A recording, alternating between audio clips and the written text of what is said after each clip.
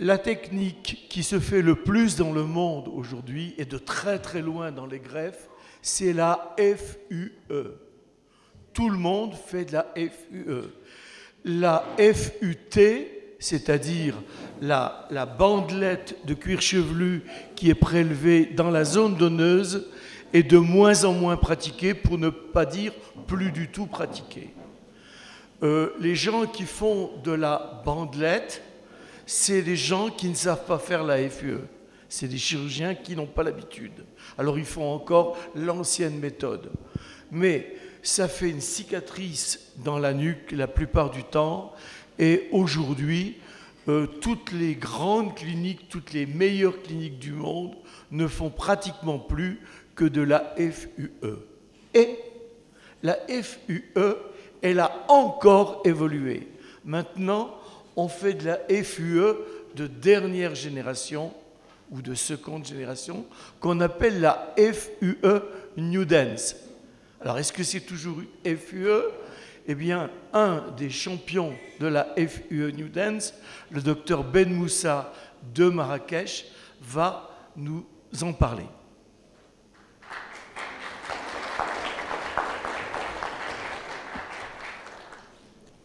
Bonjour, Hassan Ben Moussa, chirurgien plasticien exerçant à Marrakech. Donc, tout d'abord, avant de commencer ma présentation, je voudrais remercier le comité organisateur. Pour la tenue du congrès mondial d'abord à Marrakech. Vous entendez bien? Donc je voudrais remercier le comité organisateur pour la tenue du congrès à Marrakech, notre ville. Donc ça nous rend fiers et heureux à la fois. Et de nous avoir invités, bien sûr, pour partager notre expérience. Alors avant de commencer à parler de la FUE New Dance, je voudrais quand même parler de notre évolution depuis l'année 2007, donc 11 ans. Donc de 2007 à 2010, on n'a fait que de la FUT, donc ce que disait Gilles Ménétré. Donc la FUT, pour les personnes qui ne la connaissent pas, c'est la technique classique, la bandelette qui laisse une cicatrice au niveau du cuir chevelu. Donc on prélève une bandelette de cuir chevelu que l'on découpe au microscope et que l'on réimplante. Alors avantage, c'est une bonne technique, c'est pas une mauvaise technique. C'est une technique qu'on a utilisée longtemps. De bons résultats. Bien sûr, l'inconvénient laisse une cicatrice, 2 cicatrices, voire 3 cicatrices. Ça vous rappelle Barthès, le joueur de foot? Il avait une cicatrice, c'était une FUT, tout simplement. Alors donc, et entre autres, comme inconvénient aussi, souvent les patients se plaignaient d'un manque de la sensibilité, ou d'une diminution de la sensibilité au niveau de la zone donneuse qui pouvait durer jusqu'à 1 an. Alors entre 2007 et 2010, il y a eu aussi un phénomène de mode. Donc de plus en plus de joueurs de foot ont commencé à se raser, à se couper les cheveux très très courts. Donc on a commencé à recevoir une patientèle de plus en plus jeune qui cherchait à avoir une greffe de cheveux, mais qui pouvait porter les cheveux courts.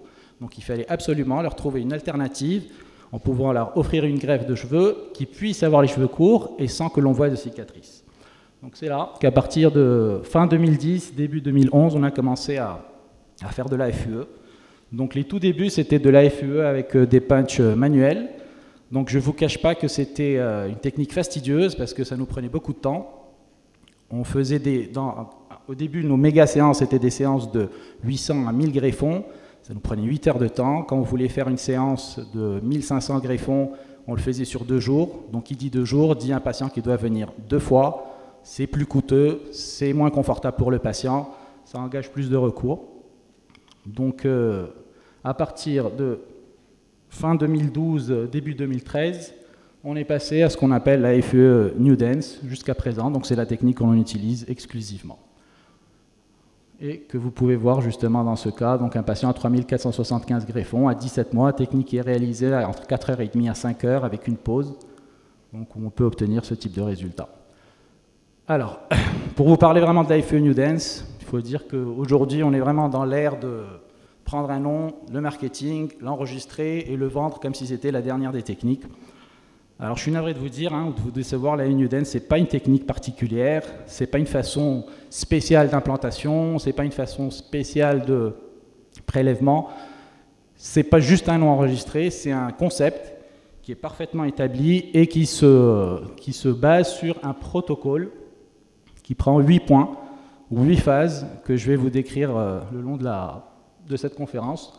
Donc une, ça sera le diagnostic qui sera objectif et non seulement un diagnostic macroscopique, une préparation du patient adéquate, l'équipe, la constitution de l'équipe, qui forme notre équipe, un protocole antidouleur, très important, il faut que le souvenir du patient soit indolore et qu'il ne puisse pas penser à sa greffe comme un souvenir très douloureux. Des outils d'extraction, ceux qu'on utilise, les outils d'implantation qu'on utilise aussi, l'utilisation de PRP, comment est-ce qu'on l'utilise, et les soins et suivis post-opératoires. Donc l'intégration de tous ces points-là, c'est ce qui fait le concept de la FE New Dance. Ce n'est pas une technique particulière, ce n'est pas juste un nom enregistré, mais c'est un protocole qui est établi. Alors, pour commencer, donc le diagnostic, donc, à part le diagnostic macroscopique qui se fait bien sûr lors de la consultation, il y a un diagnostic aussi microscopique qui se fait à l'aide de cet appareil qui est le Air Analyzer. Donc, une petite vidéo là, si on peut faire marcher la vidéo s'il vous plaît. Donc, c'est un scanner, hein, c'est un scanner capillaire, enfin l'équivalent d'un scanner capillaire que l'on passe au niveau de la zone donneuse d'abord pour pouvoir connaître la densité exacte justement de ce qu'on pourra prélever. Et je vous dis c'est très très important parce que souvent il y a des patients qui viennent et ils pensent avoir une très bonne zone donneuse parce qu'ils ont du volume et ils ne comprennent pas que leur zone donneuse n'est pas suffisante. Or on leur montre, non, si on peut rétrocéder s'il vous plaît. Et justement avec ce scanner il arrive à voir justement de façon objective la densité qu'il a.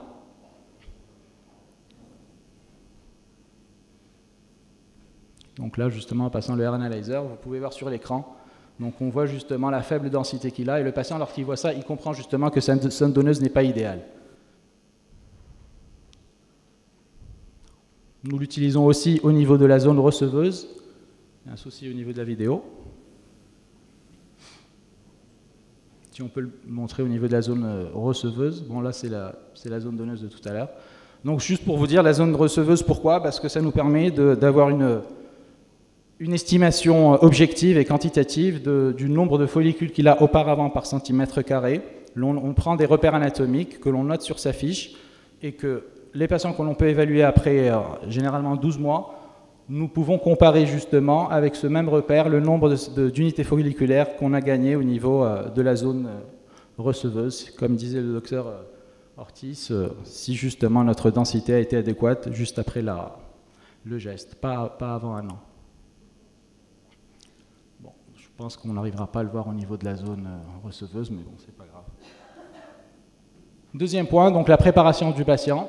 Donc d'abord, on commence par le marquage bien sûr de la zone receveuse. Ceci se réalise avec le patient avant justement le rasage, donc un marquage ou un traçage typique comme tous vous devez faire. Nous réalisons par la suite un deuxième traçage ou marquage une fois rasé, donc où on peut voir justement les bordures frontales, où on met le zigzag, enfin pour ne pas faire des bordures frontales complètement régulières, un ordre de priorité où on va commencer l'implantation, vous voyez à travers les chiffres, 1, 2, donc priorité en ordre croissant, et une estimation des greffons que l'on va mettre sur chaque zone. Donc cette estimation est importante pour nous, pourquoi? Parce que ça nous permet de prélever le nombre exact dont on a besoin, et non souvent plus de ce qu'on a besoin, parce que souvent bon, ça devient un peu aussi la course, on va dire, ou qui va battre le record de prélever le maximum de greffons, mais il ne s'agit pas justement de prélever juste que le maximum, mais de prélever ce dont le patient a besoin. Ne pas oublier que ces patients-là, généralement, quand c'est une tranche d'âge entre 22 à 34 ans, ils auront probablement besoin d'une deuxième greffe au bout de 10 ans. Donc on essaye quand même de maintenir, de leur garder leur potentiel capillaire et ne pas prendre davantage de ce dont on a besoin. Alors, autre point, le rasage du patient. Donc, je vous avoue qu'au début, lorsqu'on commençait, donc, on rasait nous-mêmes les patients. Donc, pour les patients, on rasait toute la zone, c'est-à-dire donneuse et receveuse, cela ne présentait aucun inconvénient, donc il fallait juste raser, même si pas forcément le résultat esthétique était le plus adéquat. Mais après, on a commencé à avoir des soucis avec les patients qui voulaient justement raser. Ils acceptaient qu'on rase la zone donneuse, mais la zone receveuse, il fallait juste légaliser avant l'acte. Et puis, on est formé justement à la greffe de cheveux, mais pas dans la coiffure. Donc, c'est des patients qui ne ressemblaient pas, enfin, esthétiquement, ils ne pouvaient pas avoir une vie sociale juste après le geste. Il fallait attendre que ça repousse. Ils n'osaient pas forcément aller égaliser ça chez le coiffeur de peur à perdre les greffons.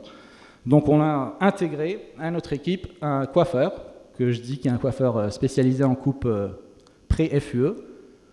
Donc, voilà une petite vidéo là. Donc, C'est lui qui se charge justement de préparer le patient. Ça nous permet, nous, au moins ça permet au patient de pouvoir regagner une activité sociale au bout de 5-6 jours avec une coupe qui est complètement adéquate.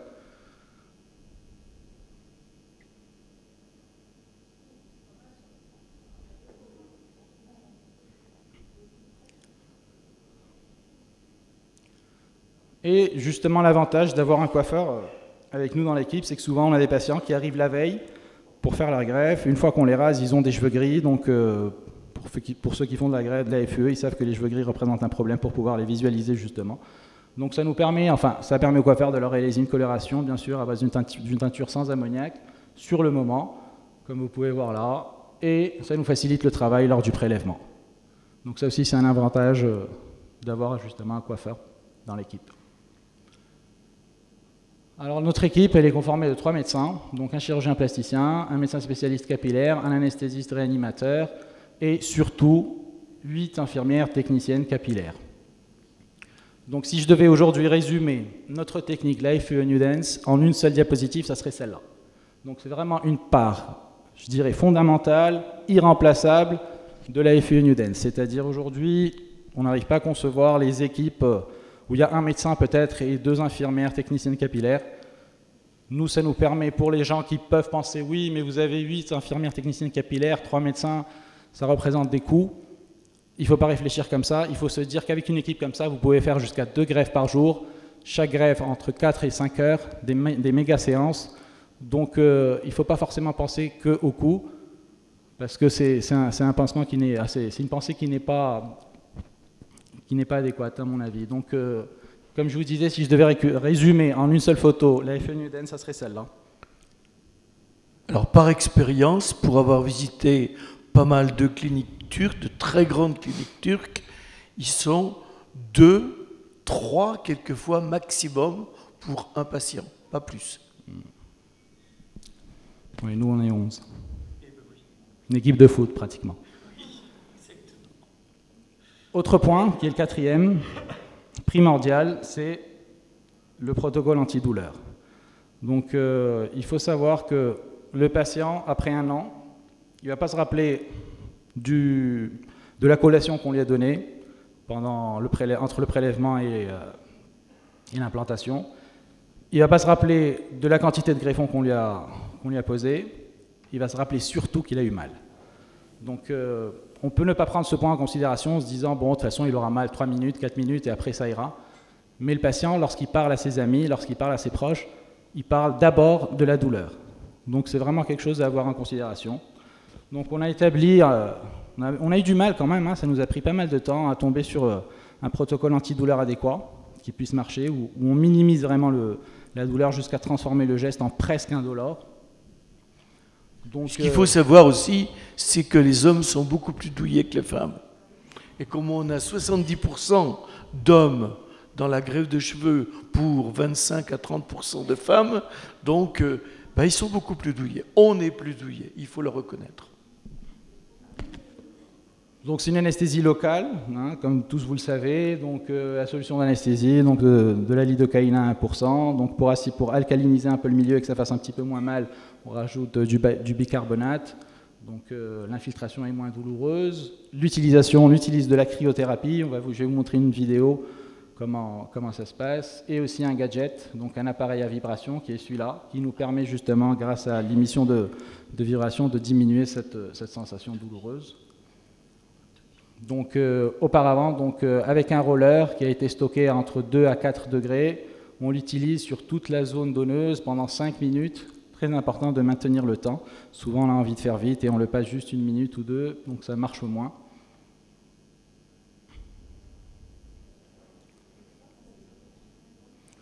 Donc au niveau de la zone receveuse, l'anesthésie tronculaire, avant d'y procéder, on utilise justement le gadget là, qui émet ses vibrations, donc qui convertit le geste en pratiquement indolore.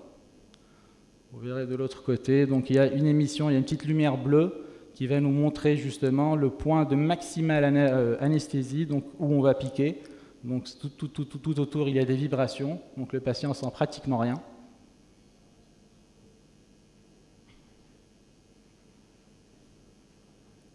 Et puis si tout ça ne marche pas, comme on a un anesthésiste, ben, on passe aux drogues intraveineuses et on lui injecte du propofol. Donc l'idée justement, c'est qu'il n'y ait pas de douleur du tout. Donc, voilà une vidéo. Le roller a déjà été passé. Donc vous voyez, enfin, bon, le patient ne bouge pas, donc pas de douleur. Donc anesthésie tout le diamètre de la zone donneuse. De la lidocaïne à 1%, de l'adrénaline et du bicarbonate.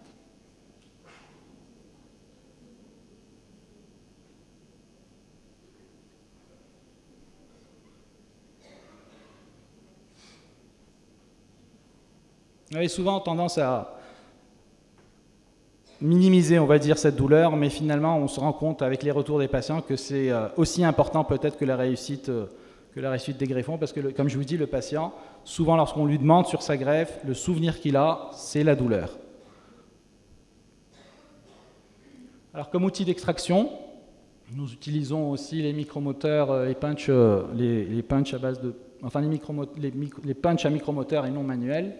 Donc, comme celui que vous pouvez voir sur la photo, donc, comme on l'a déjà dit, donc ces deux mouvements en un seul geste, ça nous permet d'être beaucoup plus rapide et surtout de moins traumatiser les greffons. Les tailles variables que l'on utilise en fonction de chaque patient vont de 0,65 à 0,80 mm. Et il faut savoir que ça aussi, c'est bien établi lors du Hair Analyzer, en voyant justement les unités folliculaires dont on dispose, leur épaisseur. Donc ça nous permet déjà de choisir et de préétablir le punch, le diamètre du punch que l'on va utiliser. Donc comme vous pouvez les voir, donc moins de traumatisme. Et si on veut encore aller beaucoup plus vite, ben, au lieu d'utiliser un seul micromoteur, on en utilise deux. On a la chance d'avoir des techniciennes capillaires qui travaillent aussi bien avec la main droite qu'avec la main gauche. Donc on peut se mettre à 2 sur le patient, donc à prélever avec 2 micromoteurs. Donc on diminue considérablement le temps. Il faut savoir qu'on travaille avec le patient et sur le ventre, donc ce n'est pas forcément confortable. Donc on essaie vraiment de diminuer au maximum ce temps de prélèvement. Donc si on arrive à le faire en 1h30 à 2 pour des méga séances de 3000 greffons, c'est parfait. Vous voyez que là, le prélèvement du greffon est complètement doux, enfin est très doux, complètement, enfin sans aucun traumatisme. Ça nous permet justement d'améliorer le taux d'intégration. Il vient très doucement, pas de force. Et comme je vous ai dit, c'est fait à 4 mains.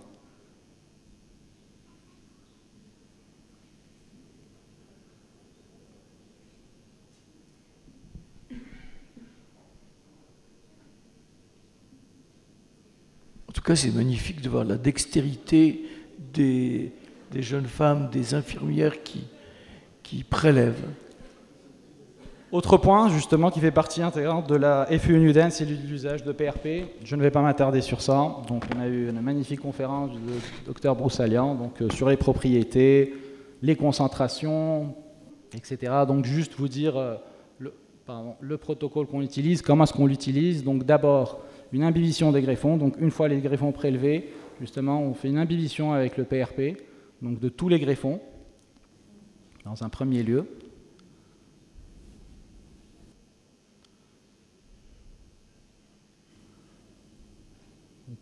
On peut accélérer peut-être la vidéo, donc c'est pas possible d'accélérer. Bon, bah ça va vous ennuyer, ça va retarder un tout petit peu plus votre pause café. Ce qui explique quelquefois aussi que nous avons une reprise de la zone Je t'interromps 2 petites secondes parce qu'il y a la vidéo qui court.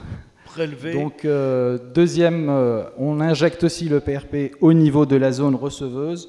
Oui. Pourquoi? Pour améliorer justement la cicatrisation. Il faut savoir qu'il y a des modulateurs d'inflammation. Donc moins d'inflammation, une cicatrisation beaucoup plus rapide.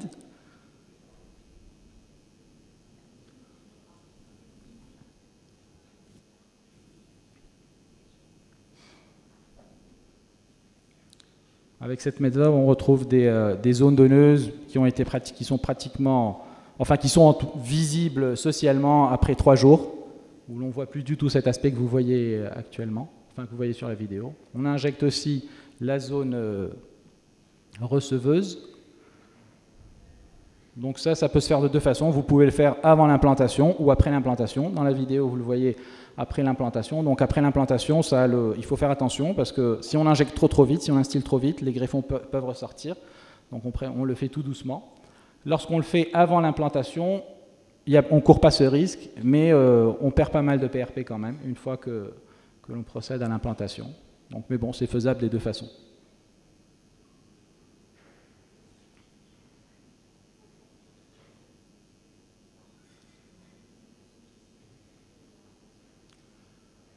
Alors, pour cette phase de comptage des greffons, bien sûr, comme je vous ai dit, notre arsenal, les 8 techniciennes capillaires. Donc, ça se fait assez rapide. Pour les outils d'implantation, nous en avons plusieurs. Donc, il y a les pinces d'implantation classiques qu'on utilise toujours avec fréquence, qui sont celles-ci. Donc, toujours à 6 mains, pour diminuer aussi le temps d'implantation. Donc, 2 mains sur les golfes et la partie avant, 4 mains sur les golfes et la partie avant, 2 mains sur le vertex. Donc avec ça, on gagne considérablement du temps, respectant bien sûr tous les principes d'angulation. Et puis, comme vous a parlé Christophe, donc nous utilisons aussi les slits, donc surtout pour les bordures frontales. Donc c'est le dispositif qui vous a montré. Donc ce dispositif-là, c'est d'abord pour faire les microponctions que l'on fait. Donc l'avantage de ce dispositif, c'est que les microponctions se font de façon longitudinale et non circulaire comme elles se font d'habitude. Donc pourquoi longitudinale au lieu de circulaire? Pour une simple raison de meilleure vascularisation, c'est-à-dire une ligne est plus vascularisée qu'un cercle. Donc ça nous permet moins d'œdème d'abord, parce que ça saigne moins, et un meilleur taux d'intégration. On le garde surtout pour la bordure frontale et le vertex. Pardon. Et l'autre outil, c'est l'outil que vous avez vu, la présentation tridimensionnelle que vous a montré, que vous a montré Christophe, pour introduire le greffon, qui a été, donc où il y avait une polémique entre si la Turquie appartient ou pas à l'Europe. Donc une vidéo sur la reconstruction de la bordure frontale, donc au slit. Voilà, pareil, en faisant les micro-ponctions que je vous ai dit. Je ne sais pas si vous arrivez à bien voir, mais c'est des ponctions longitudinales et non circulaires comme elles peuvent se faire à l'aiguille.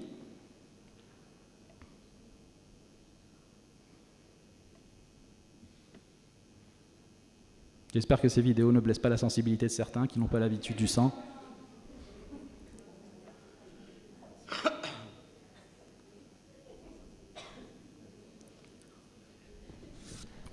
On peut peut-être un petit peu avancer pour voir le résultat. Va bien. Au niveau du temps, c'est parfait. C'est bon? Ok. C'est parfait.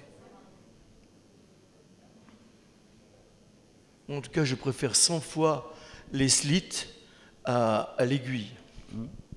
Pour les bordures frontales, oui. Ah oui. Ça nous permet d'être. Et puis, la cicatrisation, tout est beaucoup plus belle. Et ça nous permet aussi de travailler en beaucoup plus serré, parce qu'on peut. Et oui. La distance entre slit est plus petite que lorsque c'est entre aiguilles. Donc vous pouvez voir une bordure frontale avec des greffons avec une densité très très très serrée que difficilement on a avec les aiguilles.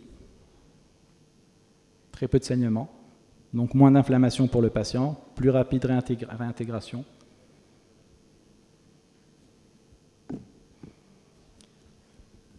Nous l'utilisons aussi au niveau du vertex. Une autre vidéo.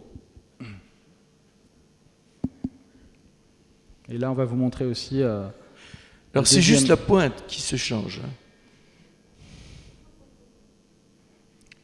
Voilà le dispositif pour introduire le greffon.